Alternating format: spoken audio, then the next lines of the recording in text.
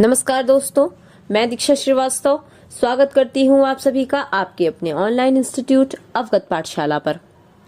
हम लोग railway NTPC के पेपर की एनालिसिस कर रहे थे। रेलवे एनटीपीसी के पेपर के एनालिसिस में हम लोग आज करेंगे 11 जनवरी के दोनों शिफ्ट्स में आए रीजनिंग के क्वेश्चन को। तो चलिए देखते हैं रीजनिंग में हमारा पहला क्वेश्चन क्या है। जो क्वेश्चन का जो पैटर्न है, मैंने आपको पहले भी बताया कि वो रीजनिंग के पैटर्न में बहुत ज्यादा टफ नहीं कर रहा है, बस सीरीज के जो क्वेश्चन हैं उसको आपको थोड़ा ध्यान देना होगा, क्योंकि सीरीज के जो क्वेश्चन ऑफ नंबर हैं वो ज्यादा है ना।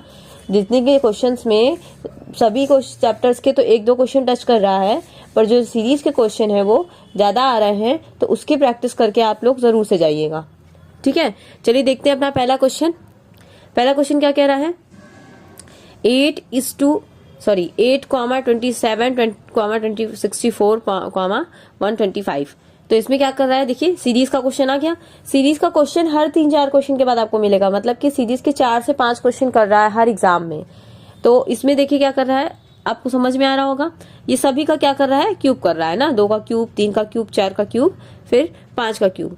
तो 2, 3, 4, 5 के बाद क्या आएगा, 6 का क्यूब क्या हो जाएगा, 216। तो इसमें क्या हो जाएगा आंसर, 216 हो जाएगा। 216 आंसर बी हो जाएगा। ठीक है, वहां लगा नहीं है, 216 आंसर बी हो जाएगा। चलिए नेक्स्ट देखिए, लड़कियों की एक वर्ग एक पंक्ति में खड़ा है, मतलब कि लड़कियों का एक वर्ग एक पंक्ति में खड़ा है। एक लड़की बाएं से 18वां तथा दाएं से 17वें स्थान पर है, तो 17वें पे है, तो कक्षा में कुल कितनी लड़कियां हैं। मतलब एक ही लड़की का बाएं और दाएं दोनों से दिया है, वो बाएं से 18वें नंबर पे है और दाएं से 17वें नंबर पे है। देखिए, जब एक ही लड़की का दोनों तरफ से स्थान दिया है तो एक लड़की का स्थान 2 बार दे दिया है ना। तो जब 2 बार ऐसा दे देता है क्वेश्चन में, एक ही व्यक्ति का 2 बार स्थान दे देता है, मतलब दाएं से भी बाएं से भी, व्यक्ति तो एक ही है। तो इस कंडीशन में हम क्या करते हैं, दोनों को जोड़ के 1 घटा देते हैं, तो लड़कियों की संख्या निकल आएगी। मतलब एक ही लड़की है जिसका ऊपर से भी दिया है, नीचे से भी दिया है, दाएं से भी दिया है, बाएं से भी दिया है। तो उस कंडीशन में हम क्या करते हैं, दोनों को जोड़ के जो दाएं और बाएं से कंडीशन दी हुई है उसमें 1 घटा देंगे, तो हमारा कुल व्यक्तियों या कुल लड़कियां जो भी दिया है, जो भी पूछा है, उसकी संख्या निकल आएगी। तो यहाँ 18 + 17 हो जाएगा 35 - 1 34, यानी कि लड़कियों की संख्या कितनी है, 34। चलिए नेक्स्ट देखिए, यदि CAT बराबर 24, CAR बराबर 22, तो DOG बराबर क्या होगा। CAT देखिए सभी को इसमें प्लस कर रहा है, क्या कर रहा है, प्लस कर रहा है। C3 1 20 ना, मतलब C का 3, A का 20, A का 1, T का 20, इस तरीके से जब तीनों को जोड़ेंगे तो आएगा 24, यानी कि 24। फिर कार की जो कोडिंग है उसको जोड़ेंगे तो आएगा 22। फिर DOG डॉग में आ जाएगा D का 4, O का 15, G का 7। इन सभी को जब हम लोग ऐड कर देंगे तो आएगा 26। तो हमारा आंसर क्या हो जाएगा, 26। चलिए नेक्स्ट देखते हैं, 6 7 9 के नीचे लिखा है 69, 7 8 5 के नीचे लिखा है 47, तो क्वेश्चन मार्क 7 3, तो क्वेश्चन मार्क के प्लेस पे क्या आएगा, देखिए कैसे किया है, 6 7 9, मतलब कि 7 9 जा 63 हो जाएगा, फिर उसमें 6 को प्लस कर दिया तो 69 आ गया है ना। इसी तरीके से 8 पंजे 40 प्लस 7 47 हो जाएगा, तो 7 तिरिक 21 ना, तो 21 में हम क्या जोड़ दें कि 26 आ जाए, 21 में हम 5 जोड़ देंगे तो 26 आ जाएगा, तो हमारा आंसर क्या हो जाएगा, 5 हो जाएगा। ठीक है, हमारा आंसर क्या हो जाएगा, 5 हो जाएगा।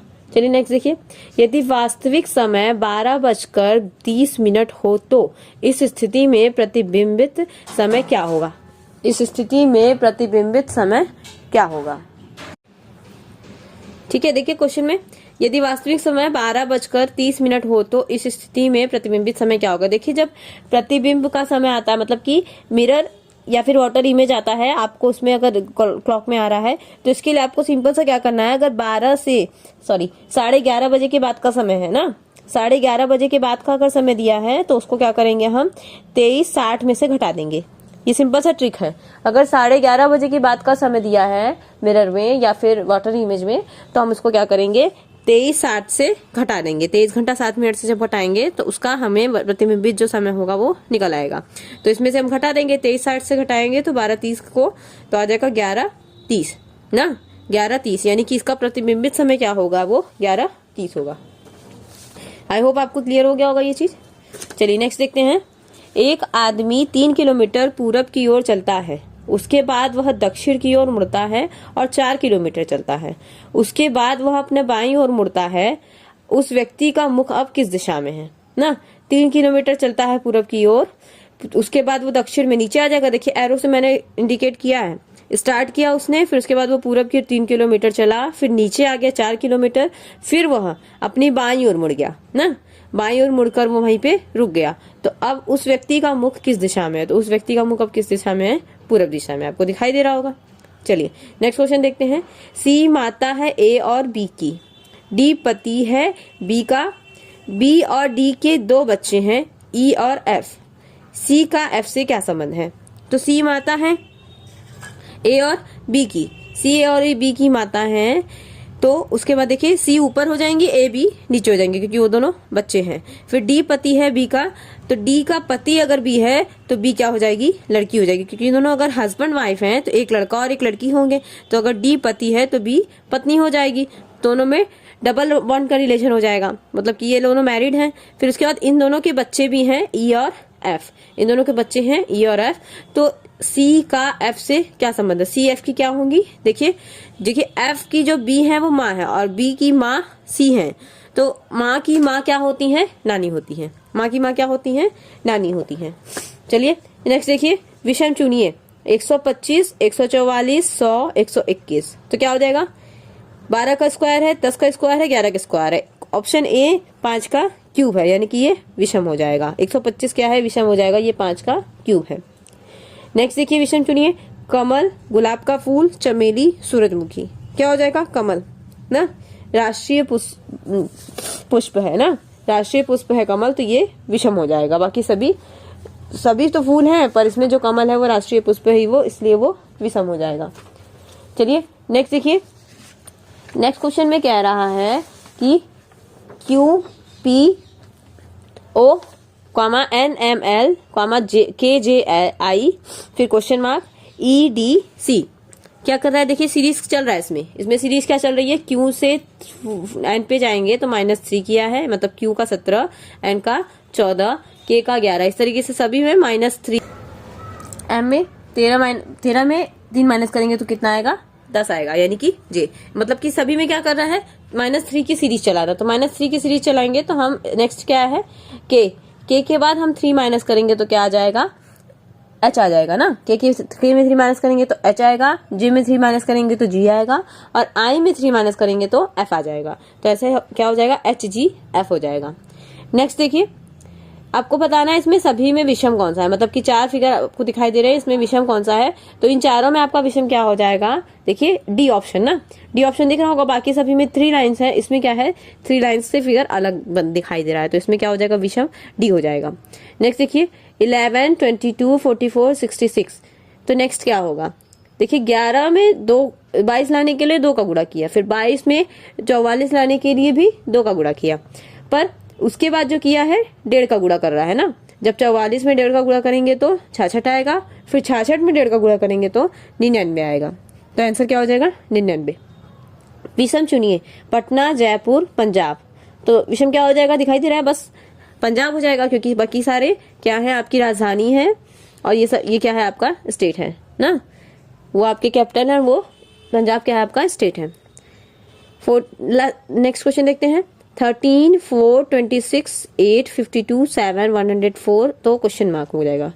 देखिए बहुत इजी सा कर रहा है, इसमें सीरीज में 3 + 1 4 कर रहा है, मतलब एक के बाद दूसरे को जोड़ के दूसरे के बाद लिख दिया है, एक के बाद लिख दिया है, तो उसको जोड़ के उसको दूसरी बार लिख दिया है। तो 1 3 4 4 2 6 2 8 5 2 7, तो इसी तरीके से 4 1 5 हो जाएगा, तो 4 में 1 जोड़ेंगे तो 5 हो जाएगा। फिर नेक्स्ट देखिए, चारपाई का संबंध गद्दा, तो फर्श का संबंध किससे होगा, मतलब कि चारपाई = गद्दा, तो फर्श का किससे होगा। जिस तरीके से चारपाई पे गद्दा बिछाया जाता है, उसी तरीके से फर्श पे क्या बिछाई जाती है, कालीन बिछाई जाती है ना। तो फर्श पे क्या बिछाई जाती है, कालीन बिछाई जाती है। नेक्स्ट देखिए, नमक = उच्च रक्तचाप, तो शर्करा = क्या होगा, मतलब कि ज्यादा नमक का सेवन करने से क्या हो जाता है, उच्च रक्तचाप हो जाता है। शर्करा यानी कि चीनी, यानी कि ज्यादा चीनी का सेवन करने से क्या हो जाता है, मधुमेह हो जाता है ना। शर्करा का क्या संबंध होगा, तो मधुमेह से होगा।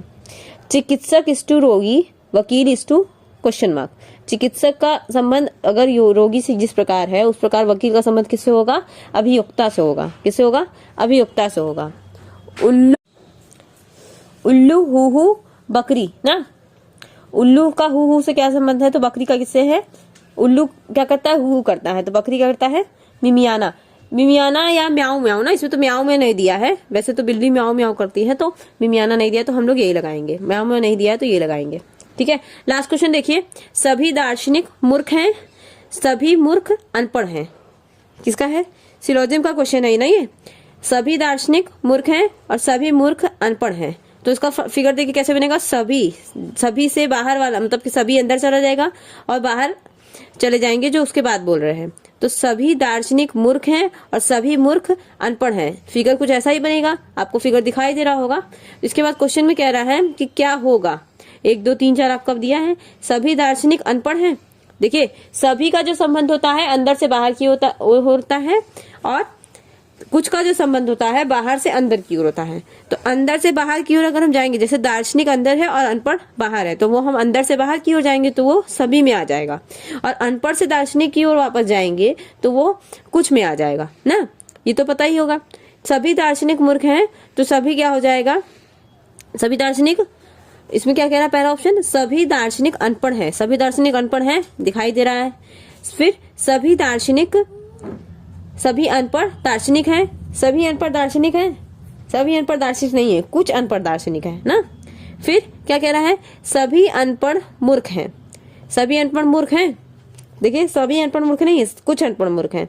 फिर लास्ट ऑप्शन क्या कह रहा है? कि कुछ अनपढ़ दार्शनिक हैं। कुछ अनपढ़ दार्शनिक हैं ना, क्योंकि देखिए अनपढ़ बाहर है और दार्शनिक अंदर है, तो बाहर से अंदर की ओर जब हम जाते हैं तो कुछ वाला कंडीशन आता है, और अंदर से बाहर की ओर जब जाएंगे तो सभी वाला कंडीशन आएगा।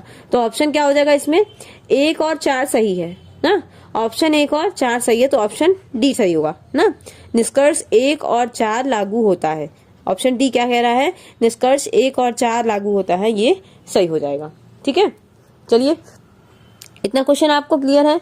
तो ये सारी चीजें, ये इस तरीके के सारे एग्जाम्स में क्वेश्चन जो है वो आ रहे हैं। तो आप लोग ऐसे क्वेश्चंस के जो पैटर्न होंगे आप लोग उसको इस तरीके के जितने भी क्वेश्चन होंगे उसको देख के एग्जाम में जाइएगा। सीरीज के क्वेश्चन को जरूर ही देखिएगा क्योंकि उसके क्वेश्चंस ज्यादा आ रहे हैं, और घड़ी के भी क्वेश्चन आ ही रहे हैं।